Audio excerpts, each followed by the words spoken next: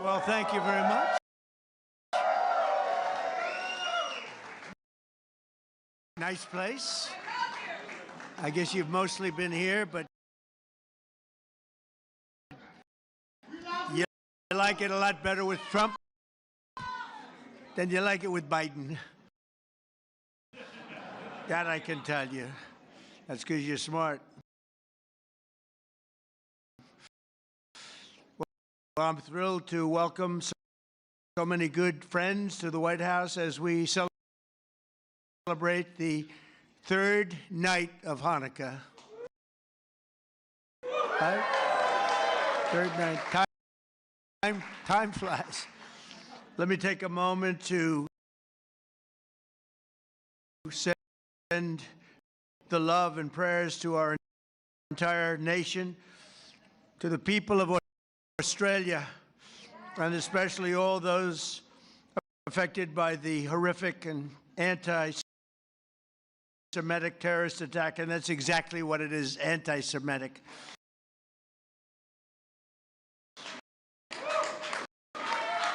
That took place on a Hanukkah celebration in Sydney. What a terrible, terrible thing. We don't learn.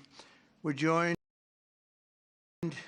in mourning all of those who were killed, and we're praying for the swift recovery of the wounded. Some are very horrifically wounded, as you probably know. All nations must stand together against the evil forces of radical Islamic terrorism, and we're doing that. Joining us tonight are Commerce Secretary Howard Lutnick, is doing a fantastic job. Representatives Paul Gosar, David Kutzoff, Claudia Tenney, Ronnie Jackson, he was my White House doctor. Ronnie was asked, who is the healthiest of all? Was it Barack Hussein Obama? Was it Sleepy Joe Biden? Or was it Donald Trump? And he said Trump was by far the healthiest.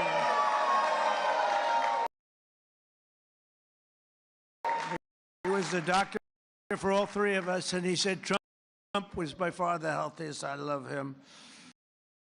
If he didn't say that, I would have never have talked to him again. Where is Ronnie? Is he here? Ronnie Jackson, what a great legend. Josh Gottheimer is here.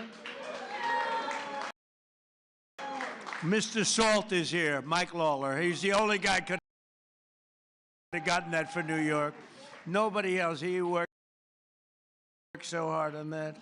Will you please focus on the midterms, please? Do you mind? Okay. Because you can do it. Jared Moskowitz. Thank you, Jared. Thank you, Jared. Max Miller is here. Great old Max. He was my music man in the White House. He knew music better than any human being. Craig Goldman. Thank you, Craig. And Randy Fine, new to Congress, but he's done a great job. He's been great. As well as the mayor of Boca Raton, Florida, Scott Singer. Thank you very much. Thank you, Scott. Good place. I love Boca. National Chairman of the Republican Jewish Committee, Norm Coleman. Thank you, Norm. Looking good, Norm. CEO of the Republican Jewish Coalition, Matt Brooks. He says Trump is the greatest president we've ever had, so I like him. I'll take Matt any day. Thank you, Matt. CEO of the Israeli-American Council, Ellen Carr. Thank you. We have a man. I have to take a little time. because every Saturday night used to be Sunday, then he did so well that they put him on Saturday too, Saturday night. Do you know who I'm talking about? Because there's only one has Saturday and Sunday. And Saturday is considered Death Valley, but it's not death because of ratings. Nobody gets good ratings. Although actually my daughter-in-law is doing well, and you always did well. The great one, Mark Levin.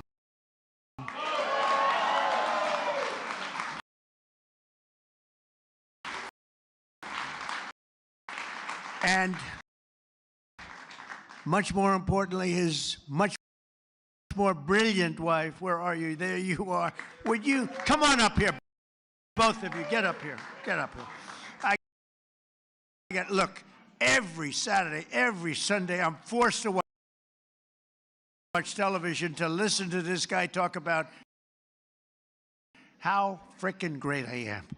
Because he does like Trump. There's no question about it. Come on up here, Mark. Get up here. Come on up. What a beautiful couple. Did you get lucky? If you weren't a genius, you wouldn't have a wife like this. Mark, say a couple of words. Come here, darling.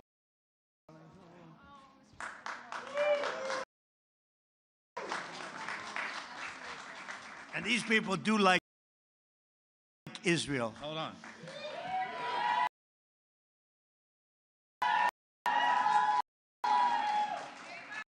And he loves Israel too. It's true. 2 seconds. 6 years ago, I was up here.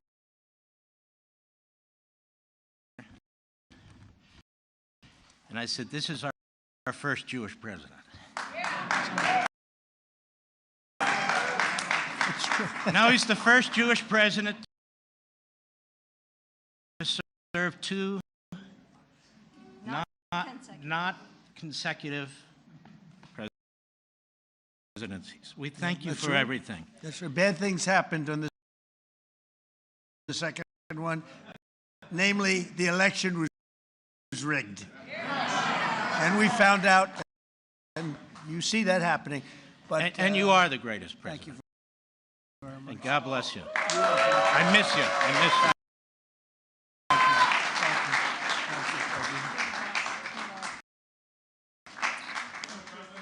Take care of that guy. Take care of that guy.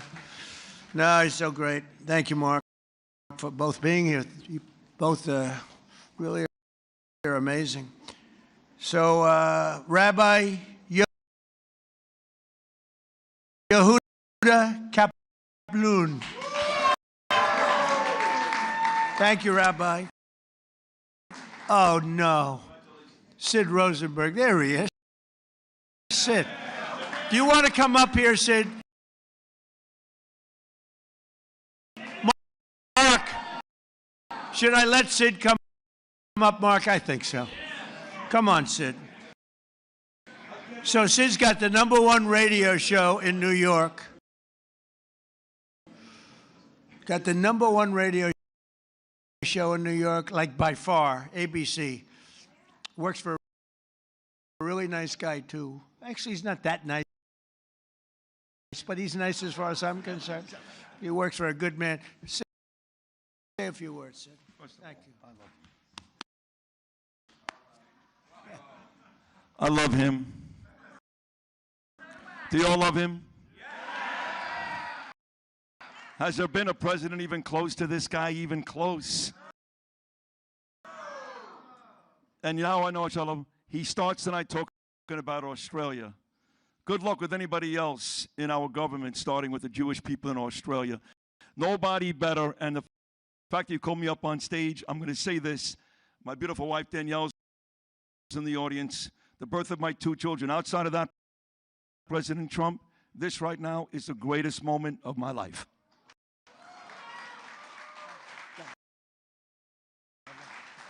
Thank you. He's almost crying. He never cried. He hasn't cried since he's a baby. Well, he's a great guy and a great man, and he loves Israel. And boy, you got some good people. Harmeet, thank you very much. Harmeet Dillon is here. And she sues the ass off of anybody that is anti-Semitic. She's doing a lot of them right now.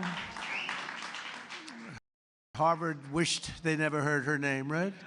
They're going to pay a lot of money, right, Harmeet? We're going to pay a lot of money. Sid, it's an honor to have you up, and you do a great show, and we appreciate it. And say hello to the Casamatides person, who's fantastic. And another person, I really love her. I think she's a beautiful woman. You're not allowed to say that anymore, because if you do, it usually means the end of your political career, but I've been threatened much worse than that. I think she's a beautiful woman, inside and out. Liz Pipko. Liz, come up here. Enough with the Sid and the Mark. Come on up here. Look at her. She has been so strong for Israel and for our country. Let's say a few words, please. Hi, thank you.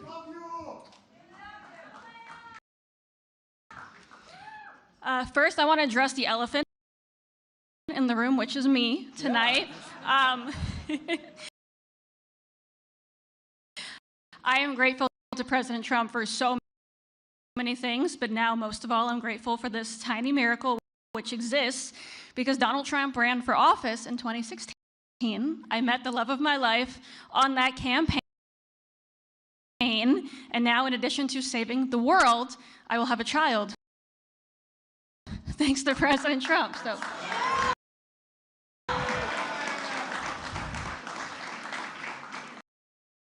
And much more importantly, the Jewish people have been through a lot, of course, the last few years, last weekend, and I just hope on this holiday of miracles, we realize what a miracle it is to be in the greatest country on the face of the earth, in the most beautiful building, and with the greatest president this world has ever seen.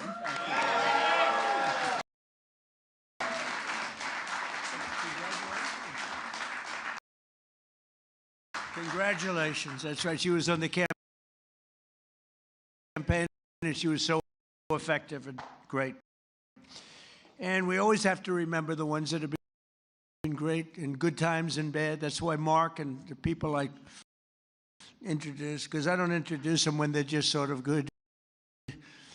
When they're good, everyone's good. The day after I won the election, they were all, "Sir, I just want to tell you, you're the greatest person I've ever seen. Thank you, sir. I'd love to have dinner sometime. Where have you been for the last 2 years?" We have a lot of those people, mostly those. Jason, how are you, Jason? Jason Greenblatt. Do you know Jason Greenblatt? He worked for me for years. He's a great lawyer. Then he made a lot of money, and he said, "I'm getting out." And you focused on Israel, right? That was the focus. He says, "I love Israel. I just want to focus on Israel." It's good to see you, Dave. I haven't seen you in a long time, but he was a great lawyer. Here's another great lawyer, David. Good to have you here. Good to have you here, David. And we have another person that's a very special person. She received the Presidential Medal of Freedom. She is a beautiful woman, actually, in my opinion. Another one. That's two reasons now. And third, by the way, Mark, we have 3 reasons, Mark, because your wife is incredible, always, from day one. But I think it's okay if we ask Miriam Adelson. Do you want to come up here? Come up here, Miriam. Miriam gave my campaign indirectly and directly $250 million. She was number one. When somebody can give you $250 million, I think that we should give her the opportunity to say hello. And Miriam, make it quick, because $250 million is not what it used to be. Okay? Hello, darling. Come on.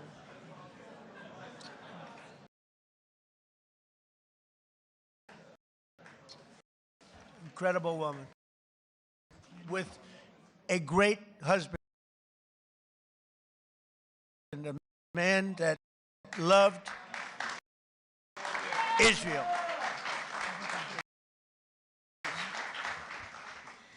Well, Mr. President, when you were in the Israeli parliament and you gave a speech and you saw me from far away, at that time I came with a scooter to the parliament just to hear you. I wanted to hear you alive. And then you say, Miriam Adelson, and I stood for a second, but it was so painful, so I sat.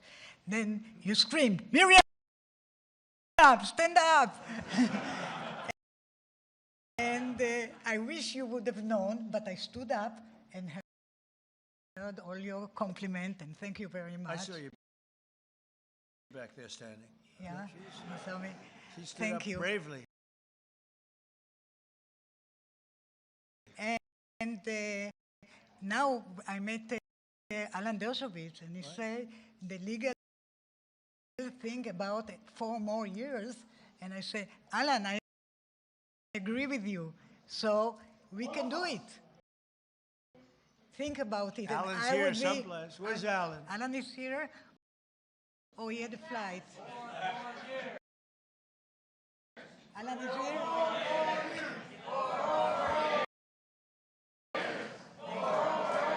Think about it. Thank you. Maybe I will be the first one who told you, or second. Yeah. She said, think about it. I'll give you another 250. I will give. But her husband, Sheldon, was an amazing guy, and he'd come up to the office, and there was nobody more aggressive than Sheldon. I think I spent more time with him and you, because you usually came up together, but he'd call and say, can I come over, please? I say, Sheldon, I'm president of the United States. It doesn't work that way anymore. It's like maybe tomorrow. How about tomorrow? No, please, just for a little while. And I would, he'd always say 10 minutes. It turned out to be about an hour and a half, right? And what he did is he fought for Israel. That's all he really fought for. He just wanted to take care of. He just wanted to take care of Israel. So he was a great guy. He was a fantastic man, and he loved you so much. He couldn't see straight. So good. Thank you, darling. Be careful. Be careful. We don't want her falling. You know, when you fall, it's not good for politics. We had a man that fell a lot. I don't want to talk too much because I'll have my day, I'm sure, you know. They're waiting, the press. See all that press back there? They're waiting. Oh, would they like to see Trump trip off the stage? I would never live it down. But anyway, it's so, and we have so many friends. I can't mention everybody. We have so many friends. Hello, my man. How are you? Boy, we have good people here tonight, huh? This is the A-list. This is the A-list of any list. But it's an honor to have you all. It really is. What you've done and what you've gone through is incredible. And as a people, there's never been anything like it. You know, I told Bibi, I said, you know, it's amazing what you've done. Because when you look at the Middle East, you take a map of the Middle East, I said, the land is so small. It's so tiny. It's like hard to believe what you've been able to do. Now, it helped the B-2 bombers that we sent in to wipe out the... We gave them a lot of help. It helped when we were shooting all those drones down from jet fighters. Don't ever let anyone tell you a drone is better than a jet fighter. A drone's very nice. But when you have F-22s circling around them like there's nothing, just shooting the crap out of them out of the air, don't let anyone convince you that a drone is better than an F-22 or an F-35 or any of that stuff. But they're nice. They're nice. But we had our fighters shooting the hell out of 2,000 drones were launched at Israel, and they were just knocking them out. The only problem, on occasion, they'd run out of bullets. But every one of them took out a drone, and we did a great job. And then we did the best job of all, is we knocked out the Iran nuclear power. And they would have had that, and within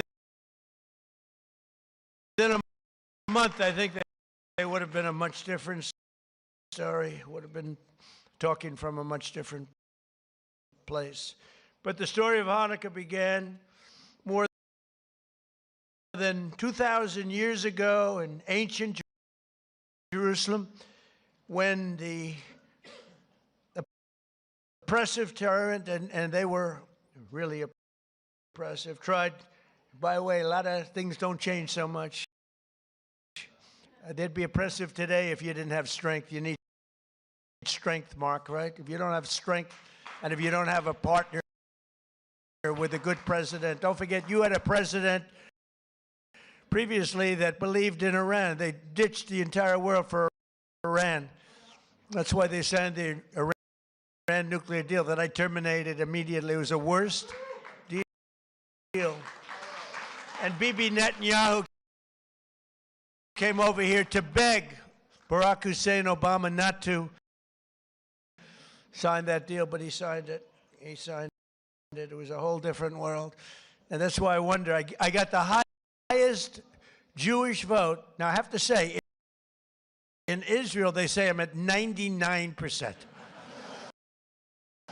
But over here, I was like at 50. It meant that 50% of the people over here voted for Kamala. Is that possible? Is that even possible, right? So, anyway, but they suppressed the Jewish worship and imposed foreign rules. Are we okay over there? Just want to make sure you're okay. You okay? Good. I want to make sure you're perfect. Okay? Thank you very much, yeah. Yeah, is there a doctor? Get a doctor over there, please, just in case. Go ahead. Hop over there, please. Okay? Good. Thank you very much. Everything good? Okay. Great person. Against overwhelming odds, a small band of Jewish fighters rose up to defend the Jewish people's right to worship freely. When they reclaimed the Holy Temple, they found only a single flask of sacred oil, just enough to keep the Menorah's light burning for one night. They wanted that light to burn just for one night. Yet, as the story goes, that small flame endured for 8 days. Do you know that story? Does everybody know that story? For thousands of years, the miracle of Hanukkah has reminded us of God's love for the Jewish people, as well as their enduring resilience and faith in the face of centuries of persecution, centuries, and it continues. It continues. Who would believe this could continue? And it sort of started here with schools and universities, and Harmeet's taking care of that situation very strongly in the Department of Justice, right? Who would believe it? But we're grateful to be joined by another reminder of that unbreakable strength to two courageous survivors of the Nazi Holocaust, Jerry Worotsky and Michael Bornstein. Where are they? Where are you guys? Well, you look good. You look better than I do. You look fantastic. Jerry was only 9 years old when the Nazis invaded Poland. He lost both of his parents in the camps, but refused to let their murder defeat him. After the war, he came to New York, where he had an incredibly successful career, became very successful, and became a good friend of Melania and myself, and I want to thank you, Jerry, and that's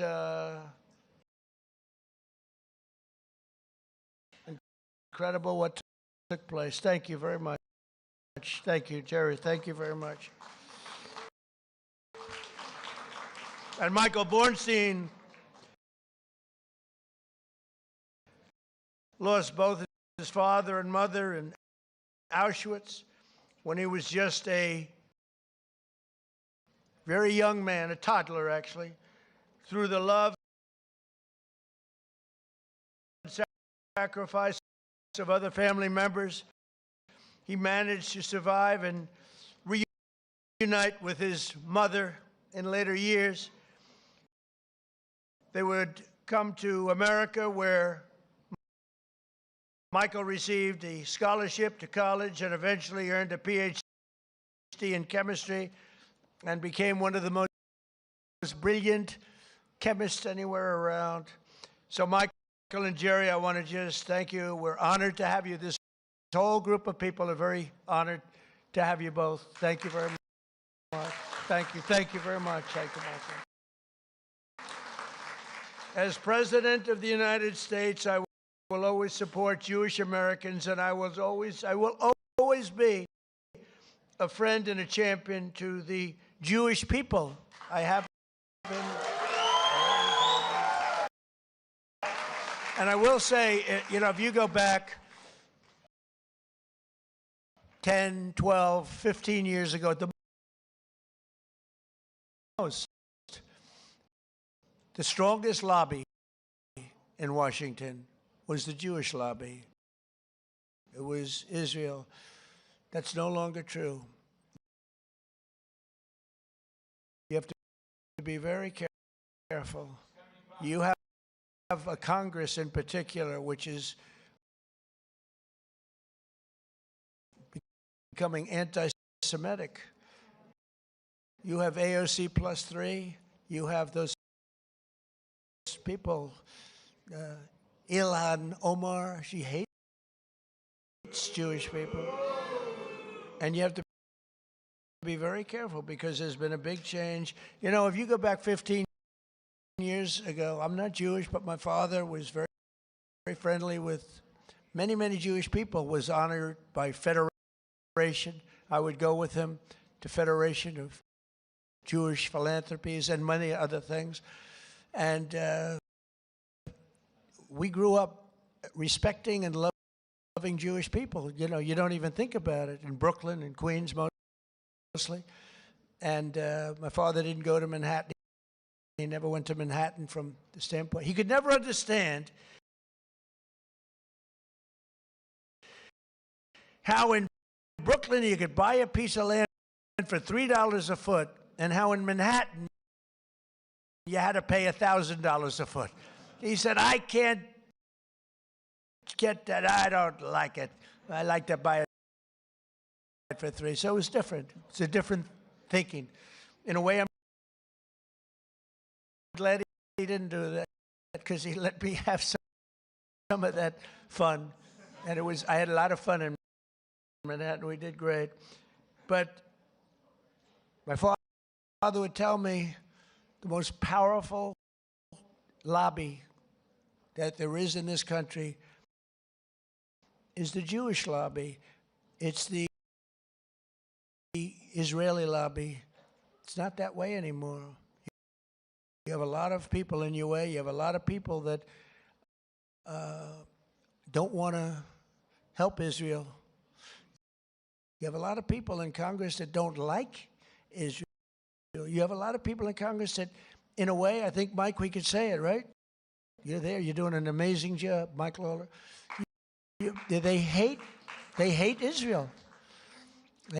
They hate Israel. And if you would have told me 15 years ago that no way that's possible, but it's happening.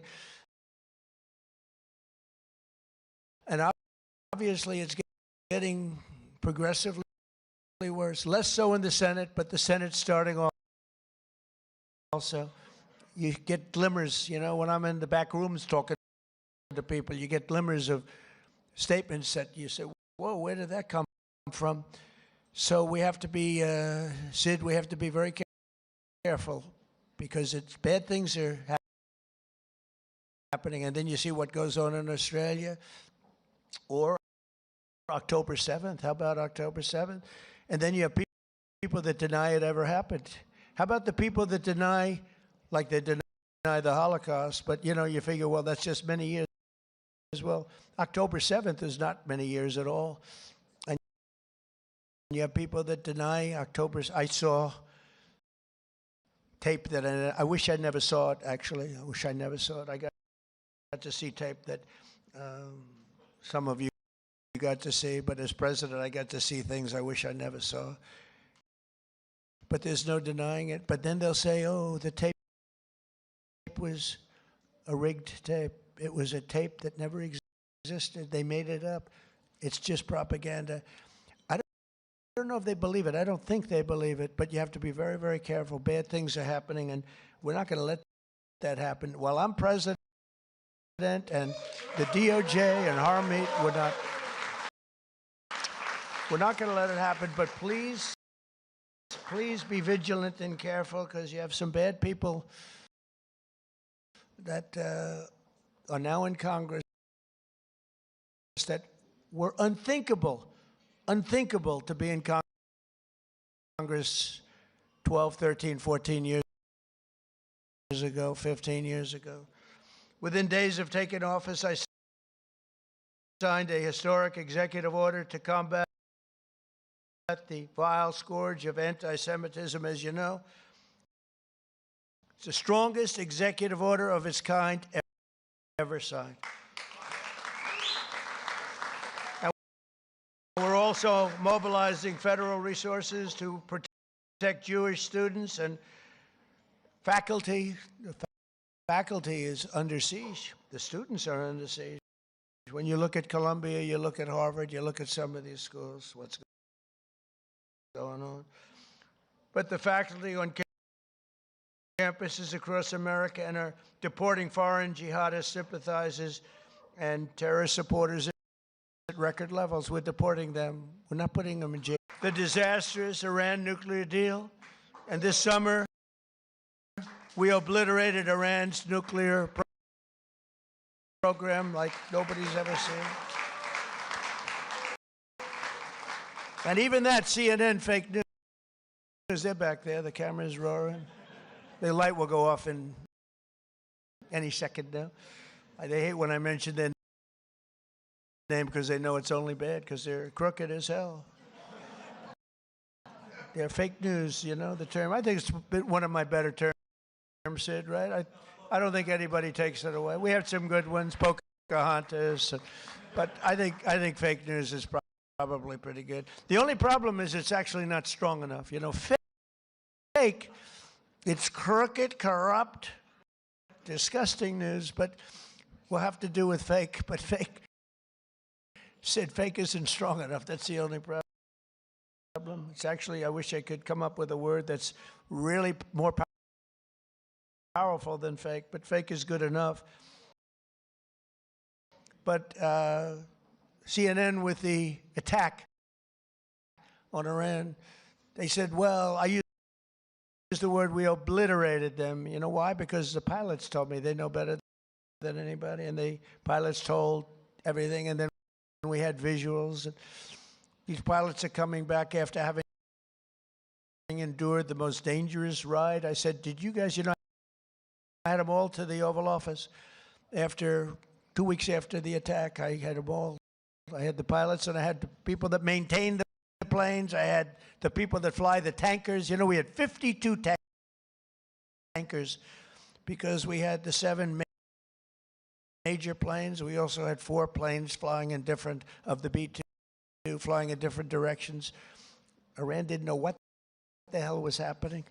But we had a whole force of F-22s, most beautiful fighter jet ever made, most powerful fighter jet ever made. And F-35 is a brand new one. And they're stealth. Believe me, they're stealth because they went into Iranian airspace and Iran never saw anything. And it was, think of this, 2 o'clock in the morning. It was dark at night. There was no moon at all, no light, no nothing. And every single bomb went right down those air shafts into granite mountains, right down those air shafts. At 2 o'clock in the morning with no vision, every single bomb hit its target. And CNN said on the way back, they were on the way, they hadn't even landed yet, well, maybe the attack wasn't that bad, because I used the word obliteration. I turned out to be right. The Atomic Energy Commission shortly thereafter said it was total obliteration. Iran actually said it was total obliteration. In fact, they said touchdown. Yeah, it was a touchdown. But it was amazing. And we've never had an apology from CNN, So you have fake news against you. Fake news. And I didn't fight for you. I wasn't fighting for you there. I was fighting for those pilots that were so brave to go there. When they came into the Oval Office, I said, you can't seriously enjoy this. They said, sir, we enjoy every minute of it. We were practicing this and the predecessors. We were practicing for 22 years, they said. For 22 years they were practicing, and no president had the courage to let them go and do that. They wanted to do it for 22 years. And the predecessors mean the young pilots at the time. But for 22 years, 3 times a year, they were practicing that run. And I'm the one that said, let's go get them, let's do it. And if we didn't, and they thanked me. But I did say to the pilots, enough is enough. I said, do you really like being in that plane when they're waiting for you? They know you're coming. It's dark. It's cold. It's everything is, and you're in a plane, and there are bullets flying all over the place, sir. I wouldn't trade this for anything in the world. Can you believe these people? And I love you people, but I'm not getting in that plane. I love you guys, but these people are unbelievable. The talent they have, the way they can fly those things, the way they can aim it at a target in the dark of night, the darkest you've ever seen. They wanted to be as dark as possible. They didn't want anything. And the only time anybody could see those planes was when those bomb chutes open up, because it becomes totally unstealth when it goes. I explained that to Mark Levin once. You're going in, you go like this, and as soon as it goes like this, for some reason, the plane is totally visible, not good. And I watched it happening, and it's like I'm sitting home watching it. It's amazing. The Situation Room is an amazing place. But I watched him go, bing,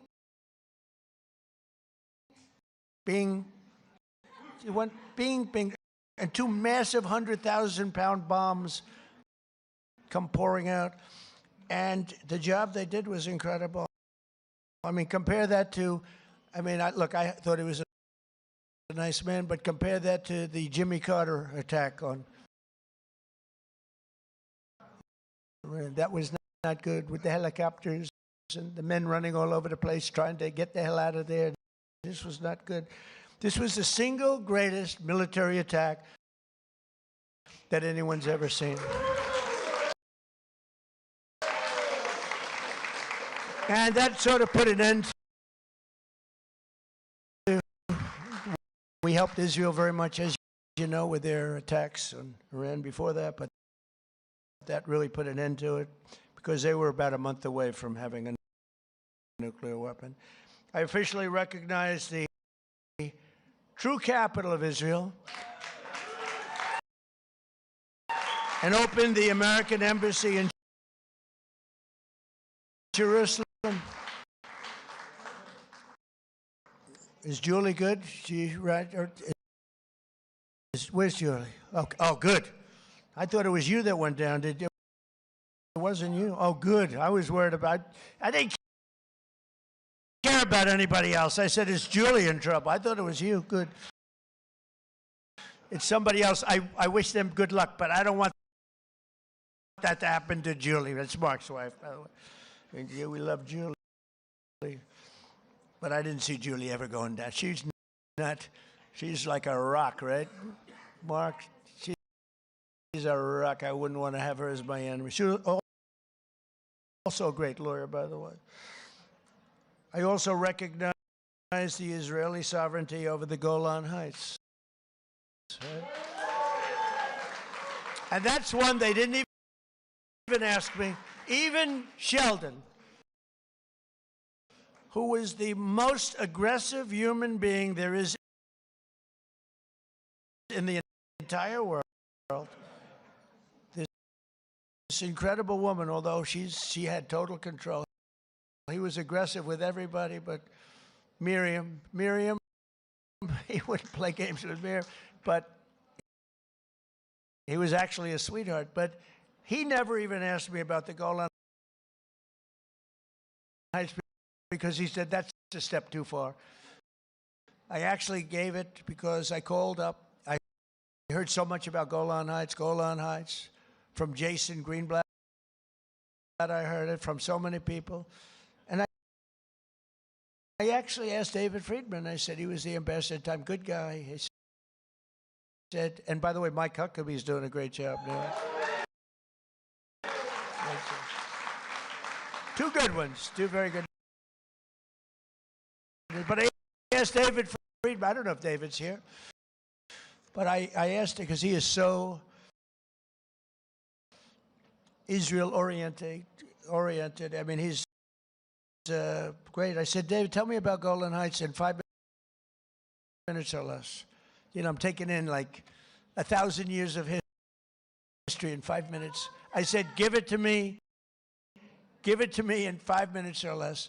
And after about 2 minutes, I said, I understand. You need it so badly for so many other reasons. You need it for defense. You know, in the old days, before we had all the sophisticated radar and all the things, it was everything because you were up high.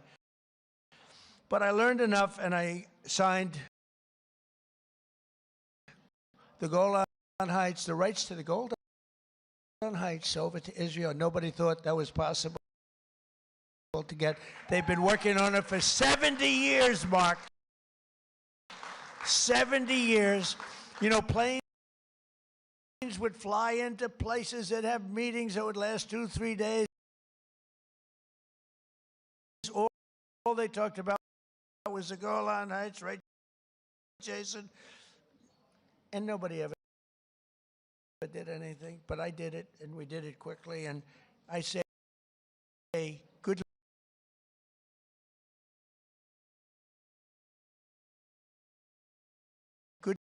luck to you. Then I found out the value of it, trillions of dollars. It could be worth, if you think, trillions of dollars. I said, you know, maybe I should have asked him for something. But with Jared Kushner's help, Jared has been a great fan of Israel, the Kushner family. And by the way, how good is Steve Witkoff doing, right? You know, I got Steve involved in Russia, Ukraine, and the Middle East. We have, by the way, bottom line, we have legitimate peace in the Middle East. You know, you may have a little outbreak every once, but we have 59 countries all signed on. They want to, they'll do whatever is necessary. And Hamas, say what you want.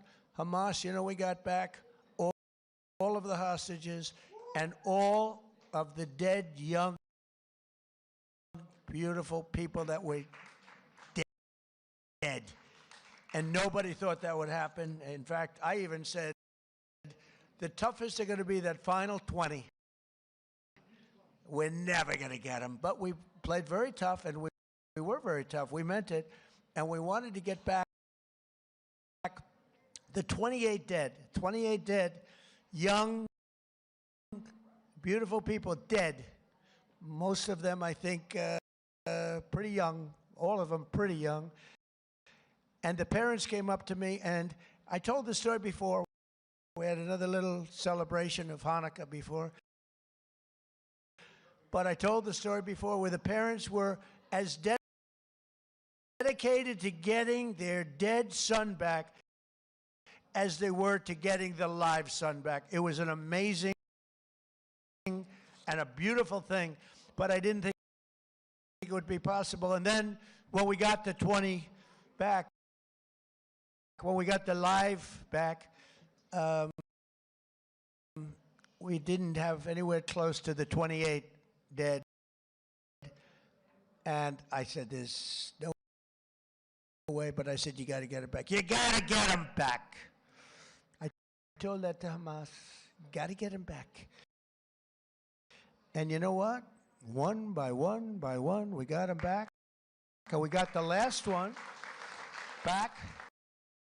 We got them all back. And amazing, though, those parents were as dedicated, I can't say more, but they were as dedicated as the parents who knew their son was alive, and they begged to have him.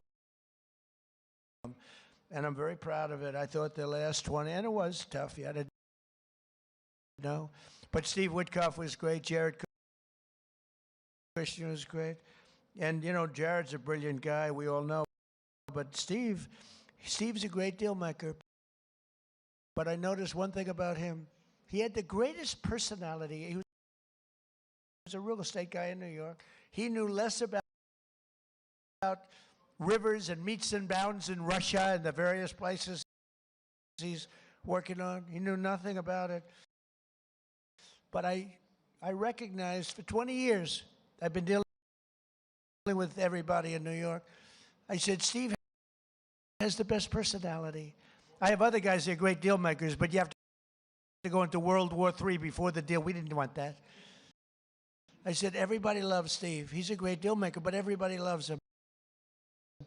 And that's what turned out to be. People love Steve. And I think we're going to be pretty close. I mean, we're going to see. I thought the easiest war to settle would be Russia, Ukraine, because they have a good relationship with Putin. It would have never happened if I were president. That would have never, and it didn't happen for 4 years. Putin understood. Would have never, ever happened.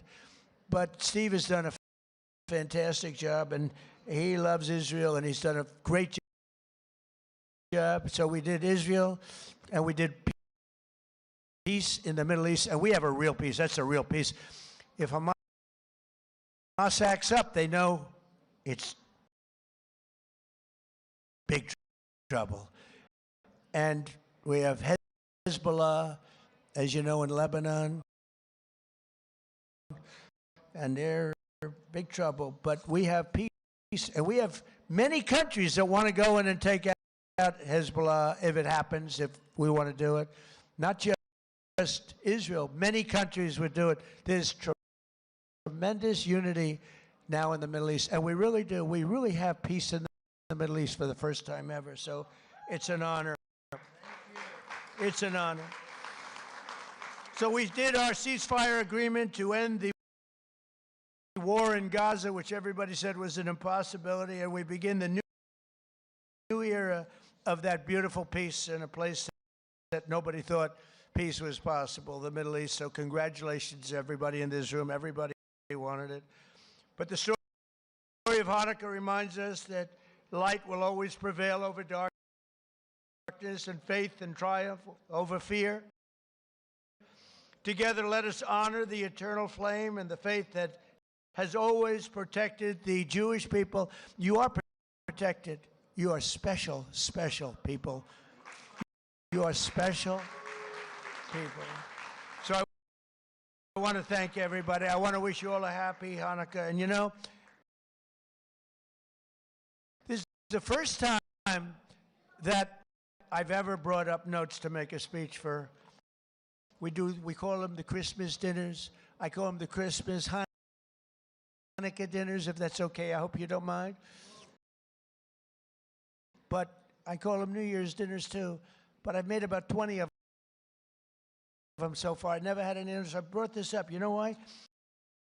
I've done so much for Israel that I have to read. Look at it. I got like pages. And I don't want to leave anything out. I don't want to leave Golan Heights out. I want to tell you what we did. But it's an honor in this audience, very special group of people. You know, for every time we have one of these parties, we have to turn down 10 people for everyone that makes it. It's the White House. Soon you'll have a ballroom that's so big I can handle.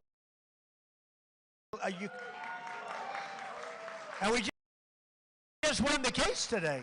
Did you know that, Mark? We just won the case. We got sued. We're donating a $400 million ballroom, and we got sued not to build it. For 150 years, they've wanted a ballroom, and we're giving them, myself and donors are giving them, free of charge. But nothing. We're donating a building that's approximately 400 million. I think I'll do it for less, but it's 400. I should do it for less. I will do it for less. But just in case I say 400, otherwise if I go $3 over, the press will say, it costs more. I build under budget and ahead of schedule. Right, Jason? Always. I know how to build under budget. I build good, but we won the case. They asked for a restraining order to stop us from building a magnificent ballroom. I said, who would ask for a restraining? We're giving them, Sid, a $400 million. It'll be the most beautiful ballroom, and it'll handle inaugurations. It's got 5-inch thick glass windows. It's impenetrable by anything but a howitzer. It's impenetrable. Now, I will say, if I'm up making a speech someday, Mark, and I hear ding, ding, ding, I'm out of there. But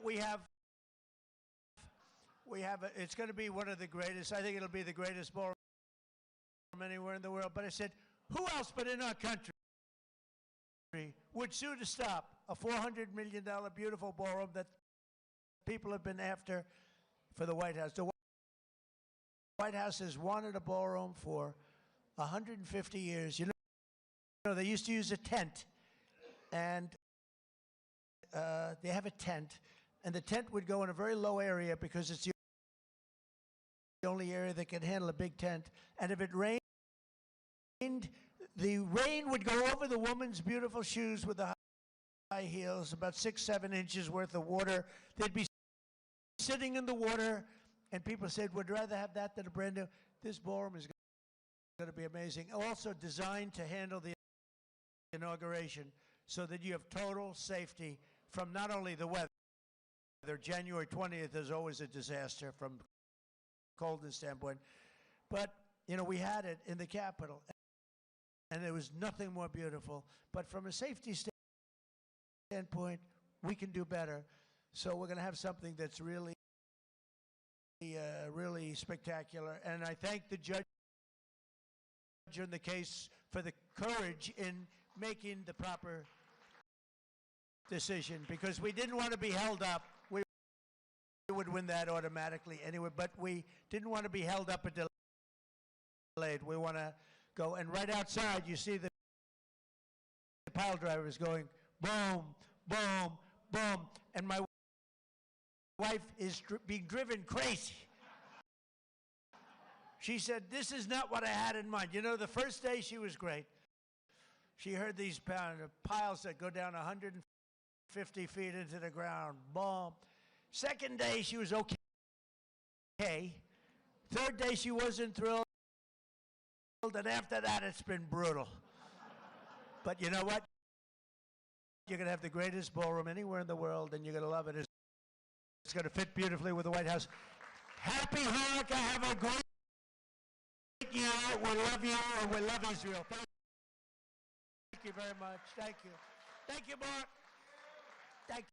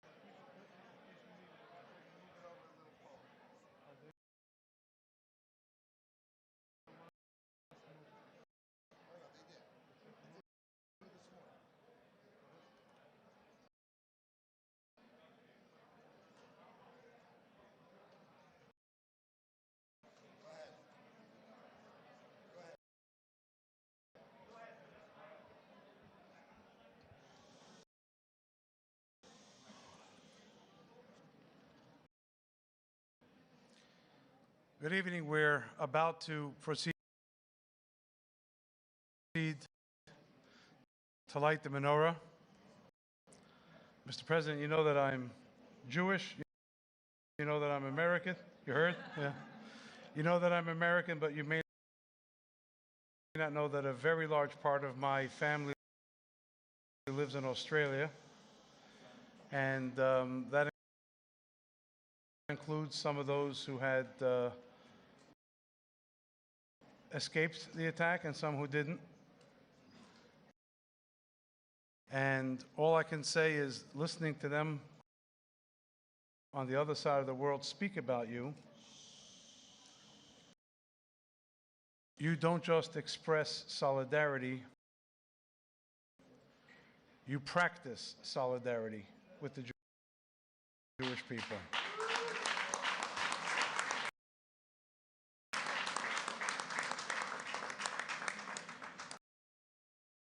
and you practice solidarity with Israel. Perhaps in a way we've never seen before, to the extent that many people say and many people believe that you may very well be, even among the friends of Israel and the Jewish people we've had, the most, the strongest, the deepest friend that Israel and the Jewish people have ever had here in the White House.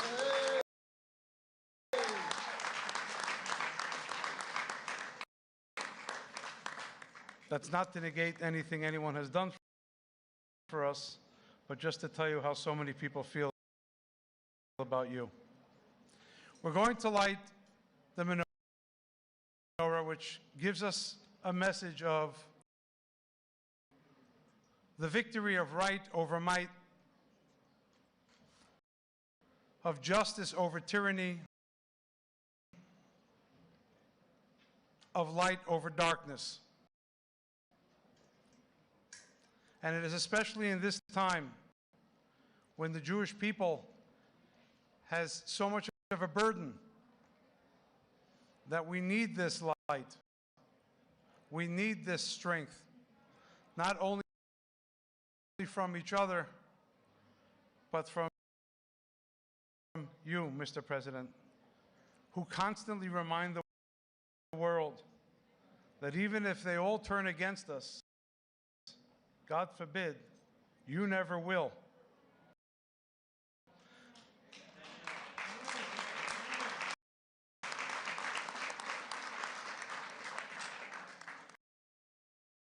And so I think that it is a great honor that I've been invited to lead the lighting of the menorah here this year. And I want to wish you and your family good health and happiness, strength and safety to our troops, serving stateside and abroad. May God bless America. May God bless Israel. May God bless the Jewish people. Thank you.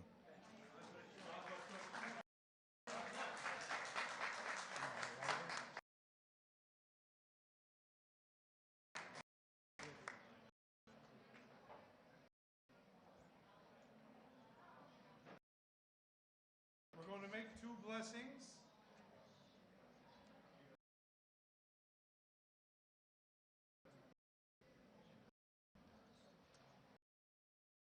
We're going to make two blessings, after which we're going to light 3 candles. And then all those who know the words can join us in Ma'oz Tzur. Please join if you know the words and the tune.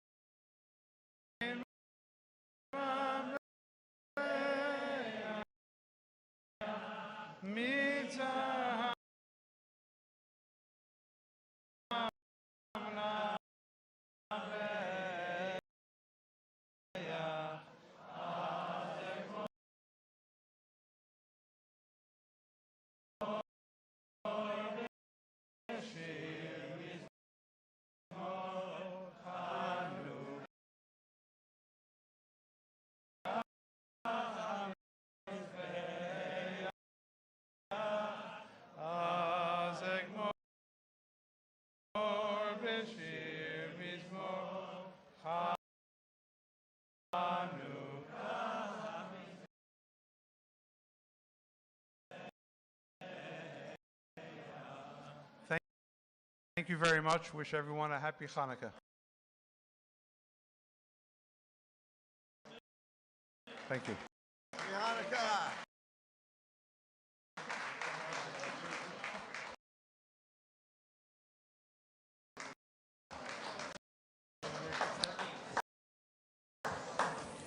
Hello, everyone.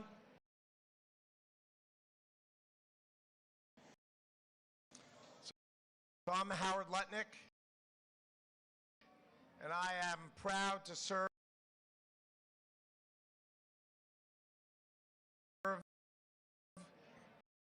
as the Secretary of Commerce